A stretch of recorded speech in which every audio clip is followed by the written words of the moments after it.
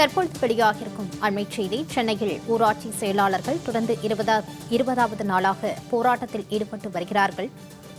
கோரிக்கைகளை வலியுறுத்தி ஊராட்சி செயலாளர்கள் தொடர்ந்து 20வது நாளாக போராட்டத்தில் ஈடுபட்டு வருகிறார்கள். அண்மைச் செய்தியாக பார்த்து வருகிறோம். தமிழக அரசின் உறுதியளிக்கப்பட்ட ஓய்வூதிய திட்டத்தில் சேர்த்து அரசாணை வெளியிட கோரிக்கையை வலியுறுத்தி ஊராட்சி செயலாளர்கள் தொடர்ந்து 20வது நாட்களாக போராட்டத்தில் ஈடுபட்டு வருகிறார்கள். அண்மைச் செய்தியாக பார்த்து வருகிறோம். காலமுறை ஊதியத்தில் பணியாற்றி வரும் ஊராட்சி செயலாளர்களை ஓய்வூதிய திட்டத்தில் சேர்க்க வலியுறுத்தி போராட்டத்தில் ஈடுபட்டு வருகிறார்கள்.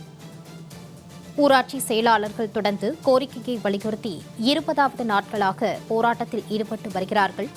உறுதியளிக்கப்பட்ட ஓய்வூதிய திட்டத்தில் ஊராட்சி செயலாளர்களை சேர்க்க வலியுறுத்தி திமுக அரசுக்கு எதிராக கண்டன முழக்கங்களை எழுப்பி போராட்டத்தில் ஈடுபட்டு வருகிறார்கள். இது தொடர்பான கூடுதல் விவரங்களோடு சிறப்பு செய்தியாளர் ராம்குமார் இணைகிறார். வணக்கம் ராம்குமார், போராட்டம் தொடர்பான விவரம். தமிழக அரசு கடந்த ஜனவரி 3ஆம் தேதி உறுதியளிக்கப்பட்ட ஓய்வூதியம் அறிவித்தது. இந்த உறுதியளிக்கப்பட்ட ஓய்வூதிய திட்டத்தில் ஊராட்சி செயலாளர்களை சேர்க்க வலியுறுத்தி 20வது நாளாக சென்னை சைதாப்பேட்டை பனகல் மாளிகை அருகே போராட்டம் நடைபெற்று வருகிறது.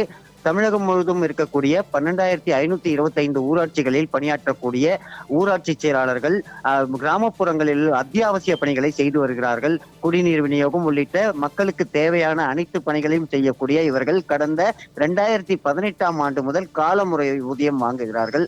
இந்த காலமுறை ஊதியம் பெறும் தங்களை உறுதியளிக்கப்பட்ட ஓய்வூதிய திட்டத்தில் சேர்க்க வலியுறுத்தி கடந்த மாதம் 3ஆம் தேதி முதல் தொடர்ச்சியாக போராட்டம் நடத்தி வந்த நிலையில் 2ஆம் கட்டமாக பிப்ரவரி இந்த மாதம் 4ஆம் தேதி முதல் போராட்டம் நடைபெற்று வருகிறது.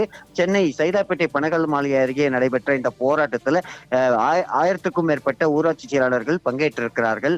இந்த போராட்டத்தில் பிற துறைகளில் பணியாற்றக்கூடிய காலமுறை ஊதியம் வாங்கக்கூடிய ஊழியர்களுக்கு உறுதியளிக்கப்பட்ட ஓய்வூதியம் திட்டத்தில் இணைத்தது போல் தங்களையும் இணைக்க வேண்டும். அதே போல ஓய்வு பெற்ற ஊராட்சி செயலாளர்களுக்கு மாதம் 15,000 ரூபாய் ஓய்வூதியம் வழங்க வலியுறுத்தி இந்த போராட்டமானது நடைபெற்று வருகிறது. இந்த போராட்டத்தில் ஈடுபட்ட 1000க்கும் மேற்பட்ட ஊராட்சி செயலாளர்களை காவல்துறையினர் குண்டுக்கட்டாக கைது செய்திருக்கிறார்கள்.